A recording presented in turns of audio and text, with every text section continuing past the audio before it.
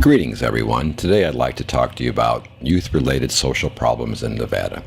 In June of 2017, the Anna E. Casey Foundation released its annual Kids Count Data Report, which is widely regarded as the #1 reference on the subject of child welfare in the U.S.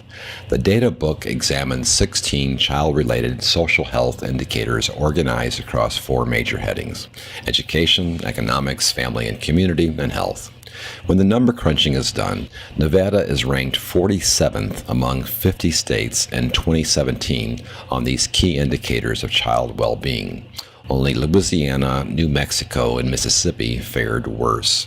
The Kids Count report, which has been released every year since 1990, shows that not only did Nevada rank 47th overall, but that it also ranked behind its nearby bordering neighbors Arizona, California, Idaho, Oregon, and Utah on 9 of the 16 indicators, with Nevada ranking dead last on 6 of them. These are the 9 indicators that I want to focus on today.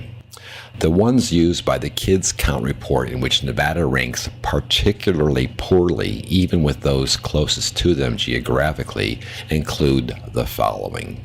The first is children whose parents lack secure employment, meaning that no parent has regular full-time employment. The report shows Nevada tied for first with California, with 32% of its families experiencing insecure employment in the last year. Teens not in school and not working is another category in which Nevada is tied with, this time, Arizona at 9% of its youth aged 16 to 19 not in school and not working. 8th graders not proficient in math is a third indicator, wherein Nevada ranked first with 74% of all 8th graders not proficient in math. California was second with 73%. High school students not graduating on time, the percentage of the freshman class that does not graduate in 4 years, where Nevada ranks first with 29% not graduating when they should. Number 2 is Oregon with 26%. A 5th barometer or indicator is low birth weight babies, another category in which the report states that the state ranks first with 8.5% of all live births weighing less than 5.5 pounds, compared with number 2 Arizona with 7.2% of all of its live births weighing less than 5.5 pounds.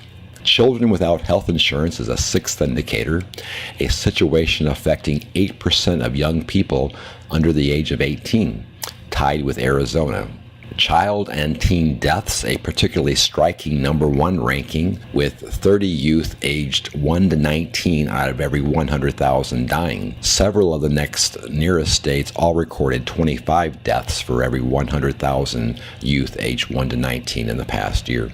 Children in single-parent households under the age of 18 living with their own unmarried parent, yet another category where Nevada holds down the number 1 position among its western neighbors, with 39% of all children residing in that type of household, compared with 35% nationally. Arizona is second with 38%.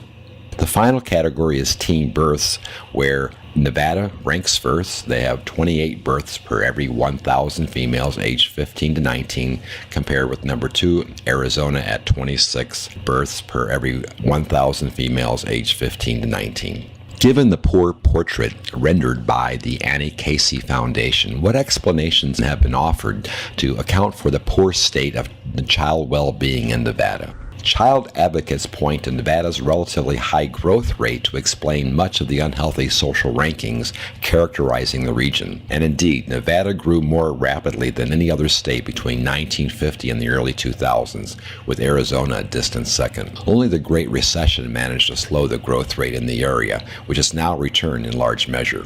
Over the years, many have pointed to this burgeoning and ever-changing population, which undermines the sense of community among area residents, as a reason for youth-related social problems. Transiency is definitely an issue, as Nevada has the lowest percentage of the population who were born in-state of any state in the nation. Indeed, as the new millennium began, half of the population of Clark County had lived there for less than a dozen years. Further, consider that many who reside in the metro area are there for specific reasons, like getting a job in the gaming or construction industry, serving at Nellis Air Force Base, or getting a degree at UNLV. These sub-segments of the population further undermine the development of a sense of valley-wide community in Las Vegas. In new and rapidly growing areas, especially those in the West, value orientations tend to be more individualistic than in other places in the nation. Compared with other areas, Las Vegas has far less experience with extended family ties, ethnic enclaves, or other types of informal civic associations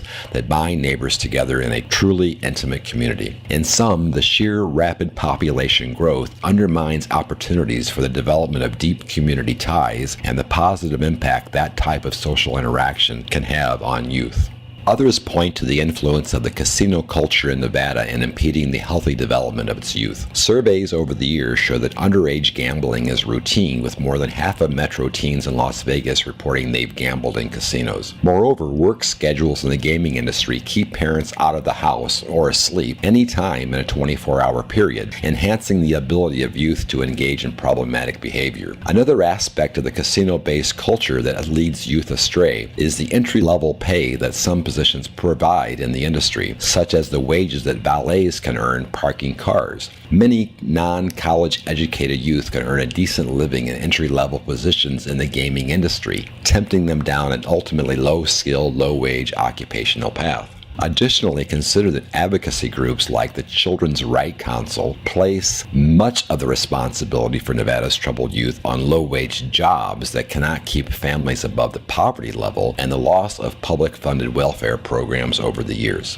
In sum, in addition to rapid population growth, the city's casino culture encourages young people to do things they would be constrained from doing in other places. What may be good for adult amusement in a city renowned for being 24/7 may also be pressing young people to negotiate complex situations before they've had time to fully consider them in a mature fashion. There's no panacea for the lives of Nevada's youth. Growth is driven by broad economic trends and the local economic actors that control the majority of jobs in the gaming industry. One thing seems clear, however: if the youth of the state of Nevada are ever to create the sorts of lives they want for themselves, the state must overhaul an education system that routinely has the lowest high school completion rate and the one that produces the fewest number of young adults with an associate's degree or higher of any state in the union. Thanks for watching and listening. Until next time, I'm Bob Parker.